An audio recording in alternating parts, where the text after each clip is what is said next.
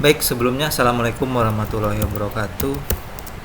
Untuk materinya baru sempat saya buat hari ini ya, baru sempat saya buat jam 7 malam, karena memang tadi siang saya ada eh,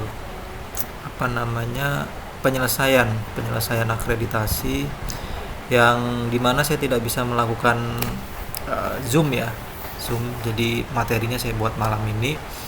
Jadi untuk materinya saya upload ke YouTube nanti ya. Nah ini pertemuan hari ini kita bahas terkait dengan sistem pakar, tapi berhubungan dengan kecerdasan buatan di sini ya. Kaitannya dengan kecerdasan buatan juga. Nah kemudian di sini apa sih sistem pakar itu ya? Kita bahas dari dasarnya kembali, tapi kita tidak terlalu detail membahas terkait dengan dasar dari sistem pakar ini. Nah, sudah dibahas juga kalau nggak salah sebelumnya ya. Nah, jadi sistem pakar ini adalah sistem komputer cerdas yang dirancang untuk meniru kemampuan pemecahan masalah dan pengambilan keputusan seorang pakar manusia dalam bidang tertentu. Nah, sistem ini menggunakan basis pengetahuan yang dikumpulkan dari ahli bidangnya, diproses melalui mesin inferensi untuk memberikan diagnosa atau diagnosis, kemudian memberikan rekomendasi juga atau solusi yang setara dengan keahlian manusia. Nah, kesimpulannya, sistem pakar ini dia sebuah sistem cerdas yang meniru kemampuan manusia untuk mendiagnosa atau mengambil keputusan dan juga memberikan rekomendasi atau solusinya seperti apa. Nah, seperti itu ya. Jadi sistem pakar ini dia meniru kemampuan manusia, kemudian membuat sistem itu mampu berpikir seperti manusia, mengambil keputusannya, tapi khusus di dalam bidang itu gitu ya. Jadi misalkan seperti penyakit jantung gitu ya, sistem pakar penyakit jantung. Nah, dia sistem itu bertindak layaknya seperti seorang dokter penyakit jantung, mampu mendiagnosis berdasarkan gejala atau ciri-ciri yang ada di situ. Nah, jadi seperti itu ya. Jadi sistem ini dia meniru seorang pakar di bidangnya untuk mengambil keputusan di situ. Nah, di dalam sistem ini ada namanya basis pengetahuan. Nah, basis pengetahuan ini menggunakan knowledge base yang berisi fakta, aturan, dan informasi terstruktur dari pakar. Artinya di dalam sistem itu berisi pengetahuan dari pakar bidang tersebut gitu. Jadi misalkan kita membangun sistem pakar penyakit jantung. Nah, kita memerlukan data-data gejala dari penyakit jantung itu seperti apa? Gejala, kemudian ciri-ciri dari penyakit jantung itu seperti apa. Nah, data-data itu bisa kita ambil melalui seorang pakar penyakit jantung, yaitu dokter spesialis penyakit jantung. Artinya ketika kita ingin membangun sistem pakar penyakit jantung, kita perlu mewawancarai dokter spesialis penyakit jantung untuk meminta data-data tentang gejala penyakit jantung tadi gitu. Nah, kemudian data-data itu kan berisi pengetahuan tadi ya, berisi fakta, kemudian berisi aturan dan berisi informasi. Data-data yang kita dapatkan dari seorang pakar tadi kemudian kita buat menjadi sebuah sistem yang dinamakan di sini mesin inferensi tadi gitu ya, mesin inferensi. Jadi di mesin inferensi ini logika pemrosesan untuk menarik kesimpulan dan memberikan solusi berdasarkan data masukan. Artinya di mesin inferensi ini sebetulnya berisi pengetahuan dari si pakar tadi yang sudah kita buat codingnya atau programnya, logik berpikirnya sudah kita buat gitu berdasarkan data-data dari si pakar tadi itu, si dokter penyakit jantung tadi gitu ya. Nah, di mesin inferensi inilah codingnya, programnya, logika dalam pengambilan keputusannya itu ada di mesin inferensi ini gitu. Jadi seperti itu konsep dasar dari sistem pakar ini ya. Jadi sistem pakar ini sebetulnya dia mengcopy pengetahuan dari seorang pakar untuk diwujudkan dalam bentuk sistem tadi gitu ya. Nah, ini sistem pakar itu seperti itu.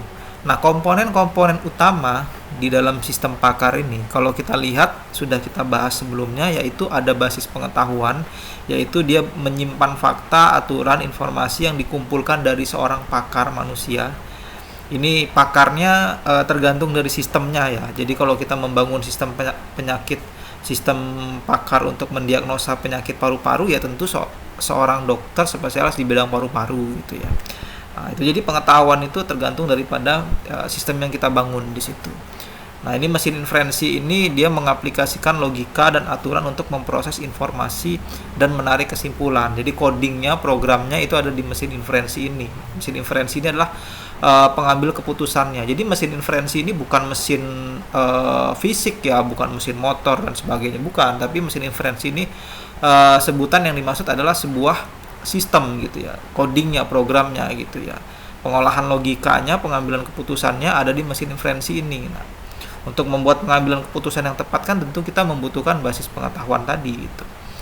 Nah, kemudian antarmuka pengguna. Nah, antarmuka pengguna ini adalah sistemnya misalkan dia berbasis website atau berbasis Android gitu ya, yang menampilkan interface yang menghubungkan antara pengguna dengan sistem tadi gitu ya, yang menjembatani di sini supaya kita bisa berinteraksi dengan sistem yang kita bangun tersebut gitu. Nah, jadi seperti itu terkait dengan sistem pakar gitu ya. Sistem pakar, komponen-komponen utamanya itu seperti.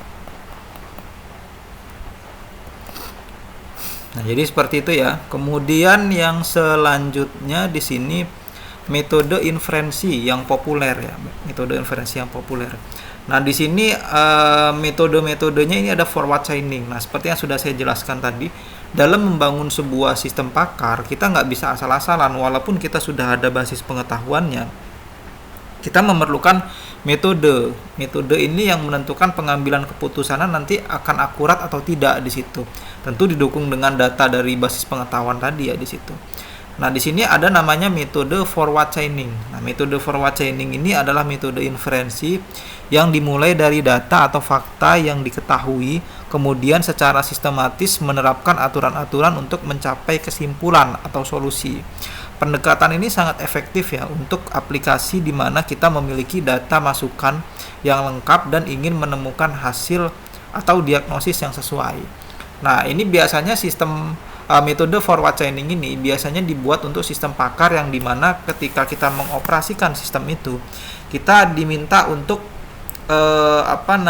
menjawab suatu pertanyaan di situ. Menjawab suatu pertanyaan. Misalkan kita membangun sistem pakar penyakit jantung, ketika kita menjalankan sistem itu, kita dimunculkan beberapa pertanyaan. Misalkan apakah Anda mengalami nyeri dada? Kalau kita jawab iya atau tidak, misalkan kita jawab iya, nanti akan muncul lagi pertanyaan apakah nyeri dadanya di sebelah kiri atau kanan. Ketika kita klik misalkan kiri, langsung muncul lagi pertanyaan apakah nyeri dadanya itu menjalar hingga ke tangan sampai dengan ke rahang. Kita jawab iya atau tidak. Nanti terus kita jawab iya atau tidak gitu. Nanti terakhir akan muncul kesimpulan diagnosis apakah berapa persen kemungkinan orang tersebut itu terkena penyakit jantung di situ gitu. Jadi sistem pakar itu seperti itu, dan itu umumnya menggunakan metode forward chaining tadi gitu. Nah, metode forward chaining ini ya hampir sama ya di sini. Tahapan-tahapannya yang pertama yaitu pengumpulan data. Jadi mengumpulkan data dan informasi yang berisi informasi yang tersedia sebagai titik awal pemrosesan gitu ya. Kemudian ini titik awal mengumpulkan data dan informasi ini seperti kita meminta data dari pakar tadi dan juga menjawab pertanyaan tadi gitu ya. Kemudian yang kedua ada aplikasi atau aturan, ini menerapkan aturan-aturan yang telah ditentukan untuk memproses fakta-fakta tadi gitu ya. Kemudian yang selanjutnya adalah mencapai kesimpulan, jadi mencapai diagnosis atau solusi berdasarkan logika yang telah diproses di sini. Nah, ini contoh penerapan metode forward chaining ini seperti diagnosis penyakit tanaman jagung, kemudian identifikasi penyakit cacar pada balita, kemudian rekomendasi pengobatan herbal di sini. Jadi ini salah satunya aja ya. Sebenarnya banyak ya sistem pakar untuk yang menggunakan metode forward chaining ini gitu. Nah, kemudian metode inferensi lainnya yaitu kita bisa melihat di sini ada yang umum digunakan yaitu metode backward chaining ya di sini. Nah, backward chaining ini dimulai dari hipotesis atau tujuan yang ingin dicapai. Jadi kita ingin membuat sistem apa gitu, sistem pakarnya, jenis sistem pakarnya apa, kemudian mencari dan mengumpulkan fakta-fakta yang mendukung hipotesis tersebut. Kemudian pendekatan ini sangat berguna untuk ketika kita memiliki tujuan spesifik dan perlu konfirmasi apakah tujuan tersebut dapat dicapai atau tidak gitu ya. Nah, ini kira-kira hampir mirip ya metodenya gitu.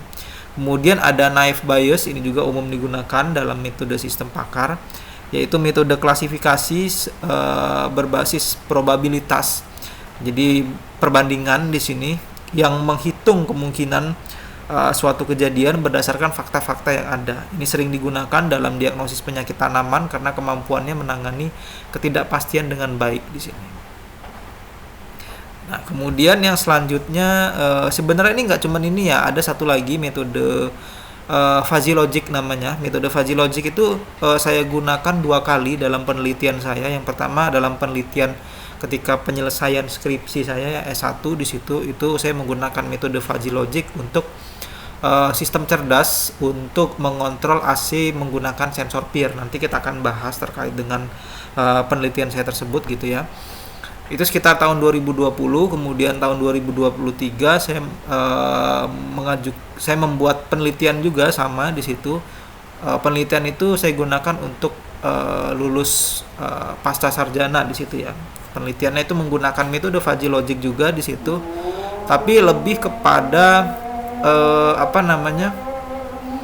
kepada teoritis gitu ya. Kalau S1 itu pakai metode fuzzy logic juga, itu untuk mengontrol AC secara otomatis menggunakan sensor PIR ya di situ, sensor deteksi manusia. Tapi itu banyak menggunakan alat ya, karena dia sistemnya dia memang sistem cerdas, dia banyak menggunakan alat di situ, menggunakan semacam perangkat IoT seperti Arduino, sensor PIR, kemudian sensor suhu gitu ya. Itu banyak menggunakan sensor-sensor pada penelitian S1 saya tersebut gitu. Itu menggunakan metode fuzzy logic juga, kalau nggak salah sama menggunakan metode fuzzy logic Mamdani gitu ya. Sukamoto ya, bukan Mamdani ya, Sukamoto. Saya menggunakan metode Sukamoto di penelitian saya S1 untuk lulus skripsi waktu itu. Kemudian di pasca sarjana itu ya, di S2-nya saya melakukan penelitian juga menggunakan metode fuzzy logic juga. Metode inferensinya itu menggunakan metode fuzzy logic di situ. Itu untuk mendiagnosa, untuk menentukan kondisi pH, kondisi kualitas air pada budidaya ikan lele di situ. Nah, itu sama saya menggunakan metode Sukamoto juga di situ. Itu penelitian pasca sarjana saya. Jadi saya 2 kali ya menggunakan metode fuzzy logic tersebut gitu ya. Metode fuzzy logic itu bisa digunakan untuk sistem pakar. Banyak juga yang menggunakan metode fuzzy logic itu untuk sistem pakar di situ. Nah, nanti kita akan bahas penelitian saya yang berhubungan dengan penelitian pertama yang terkait dengan AC, kemudian penelitian kedua yang berhubungan dengan penentuan kualitas air pada budidaya ikan lele tadi gitu ya. Nanti kita akan bahas di pertemuan selanjutnya. Nah, kemudian di slide selanjutnya di sini ada penerapan sistem pakar dalam teknologi pertaniannya. Nah, dalam teknologi pertanian ini sangat umum sekali sistem pakar ini diterapkan karena untuk mendiagnosa penyakit pada tanaman ini tidak semua orang ahli gitu ya. Jadi kita memerlukan sistem pakar untuk meningkatkan akurasi dari hasil diagnosisnya di situ gitu. Nah, di sini sistem pakar itu telah membuktikan manfaatnya dalam sektor pertanian. Jadi membantu petani dan ahli agronomi dalam mengidentifikasi masalah dan meningkatkan produktivitas tanamannya. Dengan kemampuan diagnosis yang akurat dan rekomendasi yang tepat, sistem ini menjadi alat penting dalam pertanian modern. Nah, sistem pakar ini penting kenapa? Karena kita bisa melakukan diagnosis penyakit tanaman di situ. Penyakit tanaman ini sangat banyak sekali yang mengajukan sistem pakar diagnosis penyakit tanaman. Jadi tanaman itu kan kadang-kadang ketika dia kena penyakit kan kita agak sulit untuk mengidentifikasi ini sebenarnya kena penyakit apa di situ. Nah, dengan bantuan adanya sistem pakar tadi, maka hasil diagnosis itu akan lebih akurat dan kita bisa menentukan keputusan yang tepat. Apakah tanaman ini harus diberi obat? Kalau diberi obat, dia obat apa yang diberikan, atau dia terkena penyakit apa dan bagaimana cara mengatasinya. Nah, itu sistem pakar itu bisa melakukan itu gitu ya. Bisa memberikan solusi tersebut gitu. Nah, di dalam bidang pertanian ini saya juga pernah membuat project ya, kalau nggak salah itu sekitar tahun 2022-an kalau nggak salah, itu project berhubungan dengan sistem cerdas juga di situ, untuk menentukan kualitas tanah ya, tanah pada lahan pertanian. Dan project itu lumayan besar ya, lumayan besar karena ukurannya sangat besar sekali alatnya gitu ya, nggak bisa dibawa hanya satu orang tuh nggak bisa, jadi harus 2 orang atau 3 orang yang membawa alat tersebut karena ukuran cukup besar ya. Alat tersebut nanti akan saya presentasikan juga ke kalian. Dan dengan alat yang saya buat tersebut pada tahun 2022 kita dapat memonitoring lahan pertanian dari jarak jauh menggunakan smartphone ya, tanpa harus datang ke lokasinya gitu. Menggunakan smartphone dari jarak jauh kita bisa tahu kualitas tanah di lahan pertanian kita. Kita bisa memonitoring cuaca di lahan pertanian kita secara real time atau secara langsung. Kita bisa memonitoring menggunakan kamera juga yang sudah terpasang di alat itu secara real time, secara langsung bisa kita gerakkan kameranya. Bahkan di dalam alat tersebut juga terdapat sistem keamanan yang dimana ketika ada orang masuk ke dalam lahan pertanian kita, sistem akan mendeteksi dan memberikan notifikasi secara otomatis ke HP kita. Dan tidak hanya itu juga, tapi sistem tersebut itu sebagai pembangkit listrik tenaga mini, pembangkit listrik mini gitu ya, pembangkit listrik mini atau kecil lah, pembangkit listrik kecil. Cuman walaupun kecil, dia mampu menyalakan sistem-sistem yang ukurannya lumayan besar seperti TV, kipas angin, kemudian pompa air gitu ya. Itu bisa dinyalakan sama dia gitu ya. Bukan pompa air yang kecil ya, tapi pompa air sanyo yang gede itu ya, yang biasa di rumah-rumah itu ya gitu, yang pakai listrik PLN gitu. Itu untuk mengecas HP juga bisa. Jadi di lahan pertanian kita tidak kekurangan listrik gitu ya. Dengan alat tersebut itu sudah lengkap semuanya dari situ gitu ya.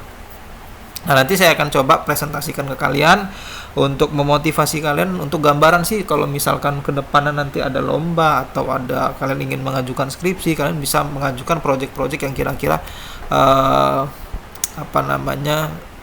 bukan sama kayak punya saya, tapi bisa menjadi inspirasi untuk kalian gitu ya. Kalau bisa kalian kembangkan project yang sudah saya buat tersebut supaya bisa lebih bagus lagi gitu ya. Nanti kita akan bahas ke situ ya.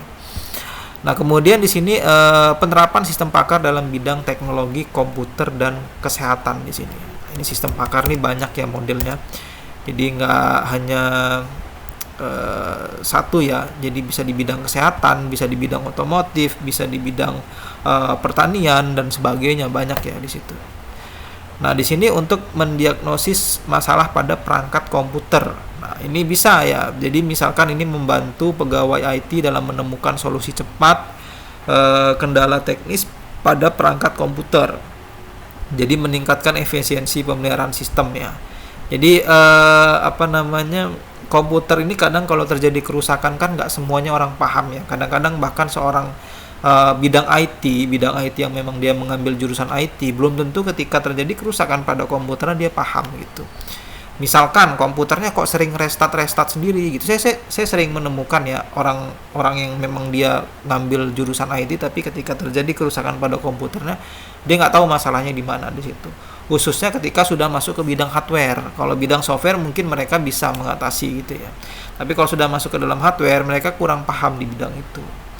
Misalkan kok komputer itu sering restart sendiri gitu ya, sering mati hidup, nggak mau dihidupin gitu ya, dia hidup cuman nyala beberapa menit mati lagi di situ gitu ya. Nah, itu kadang saya pernah menangani laptop yang mengalami kerusakan seperti itu. Mungkin kalau orang yang nggak ngerti mungkin wah ini nggak mau hidup ya, nggak mau hidup, setiap dihidupin dia itu nggak mau gitu, dipencet nggak mau, tapi dia hidup sebentar habis itu mati lagi di situ. Orang-orang yang mungkin kurang teliti mereka mengira bahwa ini paling rusaknya di baterainya nih, ngedrop gitu baterainya, tapi ketika dicolokin pakai casan dia nggak penuh-penuh kalau nggak salah ya, gejalanya kemarin itu nggak penuh-penuh baterainya gitu. Nah kemudian setelah saya teliti, saya pelajari, ternyata rusaknya simple, hanya tombol keyboardnya saja yang rusak, tombol power pada tombol power di keyboardnya itu yang rusak gitu. Setelah diganti dipencet hidup nyala normal gitu, dia nggak hidup sebentar habis itu mati lagi, nggak, tapi dia nyala terus gitu ya, setelah dipencet langsung nyala gitu, nggak mati-mati normal gitu. Jadi kadang-kadang masalah sepele seperti itu kalau yang nggak paham mungkin akan mendiagnosa wah jangan-jangan ini prosesornya, jangan-jangan ini RAM-nya atau hard disk-nya gitu atau baterainya, padahal yang rusak tombol keyboardnya gitu, tombol power keyboardnya gitu. Nah kemampuan mendiagnosis seperti itu kan itu hanya bisa dilakukan oleh orang-orang yang memang paham di bidangnya, seperti memang di bidangnya ahli, tukang servis dan sebagainya gitu.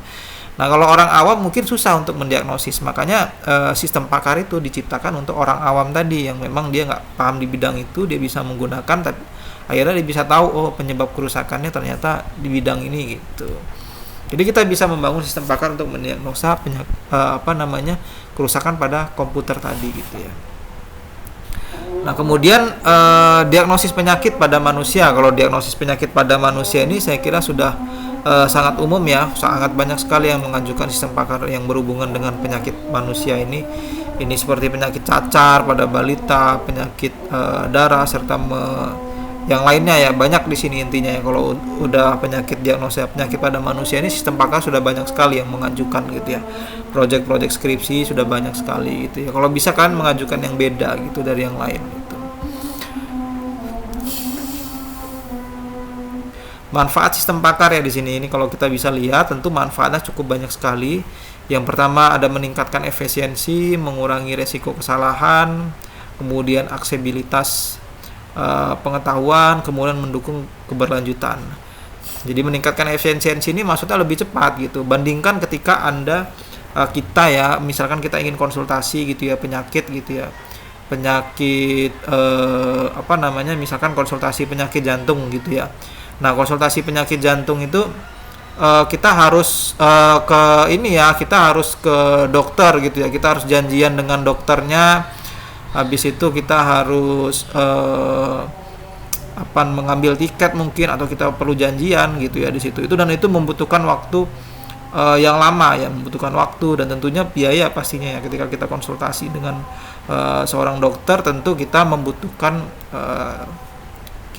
perlu bayar gitu ya ke dokter tersebut gitu ya, walaupun hanya konsultasi di situ. Nah, dan mungkin kita nggak bisa konsultasi pada hari itu gitu ya, kita mungkin menunggu jam kerjanya dan sebagainya gitu, tentu waktunya lebih lama di situ. Nah, dengan adanya sistem pakarnya kita bisa lakukan diagnosis secara cepat ya di situ, 24 jam ya, kapanpun yang kita inginkan di situ kita bisa melakukan diagnosis menggunakan sistem pakar yang sudah ada di situ tanpa ketemu langsung dengan pakarnya. Ini bukan konsultasi ya, tapi mendiagnosis penyakit di situ, mendiagnosis, bukan konsultasi dengan dokternya ya, tapi mendiagnosis gitu ya, mendiagnosis. Nah, kemudian yang kedua mengurangi resiko kesalahan. Nah, jadi sistem pakar ini bisa mengurangi resiko kesalahan, tapi bukan berarti 100% tidak gitu. Sistem pakar ini hanya mengira-ngira kemungkinan masalahnya ada di sini nih gitu, atau penyakitnya kemungkinan 80% ini gitu. Jadi tidak 100% gitu. Tetap kita harus konsultasi ke pakarnya. Tapi untuk tahap awal, kalau kita penasaran, kita ingin tahu gitu, kita bisa menggunakan sistem pakar tadi untuk memperkirakan gitu ya, itu memperkirakan berapa persen kemungkinannya itu.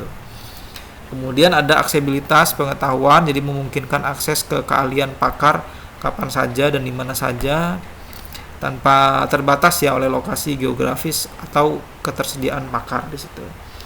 Nah, mendukung keberlanjutan ya, jadi membantu dalam pengelolaan sumber daya yang lebih baik dan efisien, terutama dalam pertanian dan manajemen lingkungan. Nah, selanjutnya tantangan masa depan. Jadi pengumpulan pengetahuan membutuhkan upaya yang besar ya, karena kita ya tentu dalam mengumpulkan pengetahuan itu nggak sembarangan gitu ya, karena kan banyak juga pakar yang memang dia nggak mau cuma-cuma gitu memberikan kepakarannya tadi atau informasi yang berhubungan dengan kepakarannya tadi kepada kita gitu di situ. Tidak semuanya gitu, mungkin hanya yang dikasih yang hanya umumnya saja gitu ya.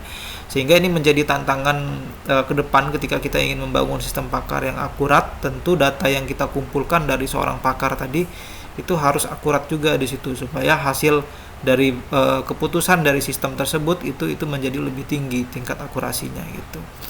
Nah, yang selanjutnya ada pemeliharaan sistem gitu ya. Pemeliharaan sistem ini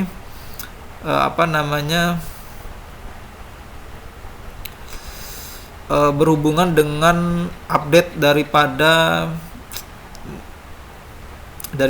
ini ya, codingnya atau programnya, dan juga dari masalah pada yang kita buat sistemnya tersebut gitu ya. Jadi misalkan gini, contohnya seperti penyakit COVID ya. Penyakit COVID itu kan pada awal muncul itu kan gejalanya seperti tidak mencium bau gitu ya, kemudian batuk kering gitu ya, kemudian lemas di situ gitu. Itu gejala awalnya seperti itu gitu. Nah, kalau kita bangun sistem pakar pada tahun ketika awal gejala COVID tersebut, awal COVID itu masuk gitu ya, kita akan menggunakan data-data tadi gitu ya, data-data yang seperti tidak mencium bau, kemudian batuk kering gitu ya, kemudian lemas. Nah, kita akan menggunakan data tersebut untuk membangun sistem pakar penyakit COVID. Nah, seiringnya berjalan waktu, ternyata virus COVID ini bermutasi, dia berkembang dan menimbulkan gejala yang berbeda di situ. COVID pada tahun 2020 dengan COVID pada tahun 2025 atau 2024 itu berbeda gejalanya ternyata. Oh, ternyata gejala di 2024 itu ada pusingnya juga gitu, misalkan contoh gitu. Nah, di situ kita perlu mengupdate atau memperbarui sistem kita tadi yang sudah kita bangun pada tahun 2020, kita tambahkan gejala baru. Oh, ternyata ada gejala baru nih, itu ada gejala baru dari penyakit COVID, bahwa saat ini penyakit COVID itu sudah ada gejala pusingnya misalkan gitu ya. Kalau kena penyakit COVID itu ditambahkan, itu misalnya gitu ya, tambahkan. Jadi itu pemeliharaan sistem, termasuk dari pemeliharaan sistem, pembaruan sistem tadi gitu ya. Nah, kemudian yang ketiga ada integrasi dan integrasi dengan AI ya. Integrasi dengan AI ini sistemnya lebih canggih lagi gitu ya, sistemnya lebih canggih lagi. Dia bisa mendiagnosis secara otomatis menggunakan kamera, menggunakan image processing ya, pemrosesan gambar dan sebagainya di situ gitu. Itu udah tingkat lanjut, tapi ini sistem pakar yang menarik gitu ya, karena memang belum banyak yang mengajukan, dan kalau kalian bisa membangun sistem seperti ini tuh cukup bagus di situ gitu ya. Nah, itu terkait dengan sistem pakar ya, terkait dengan sistem pakar untuk materi hari ini. Dan kalau ada yang bertanyakan nanti bisa tanyakan di grup. Dan nanti ada lanjutan materinya ya. Nanti saya akan share ke kalian gitu ya. Yang jelas ini materi ini walaupun hanya berbasis teoritis, ini perlu kalian simak, penting karena ya nanti kan berhubungan dengan UTS dan UAS juga gitu ya. Kita belum masuk ke dalam praktek, mungkin nanti setelah UTS kita akan masuk ke dalam explore ke dalam coding dan program gitu ya. Gitu, untuk awal-awalnya mungkin kita teoritis saja gitu ya, karena memang kegiatan juga cukup padat gitu ya. Jadi kita di awalnya teoritis dulu gitu ya. Baik, untuk pertemuan ini saya kira cukup ya. Saya tutup. Assalamualaikum warahmatullahi wabarakatuh.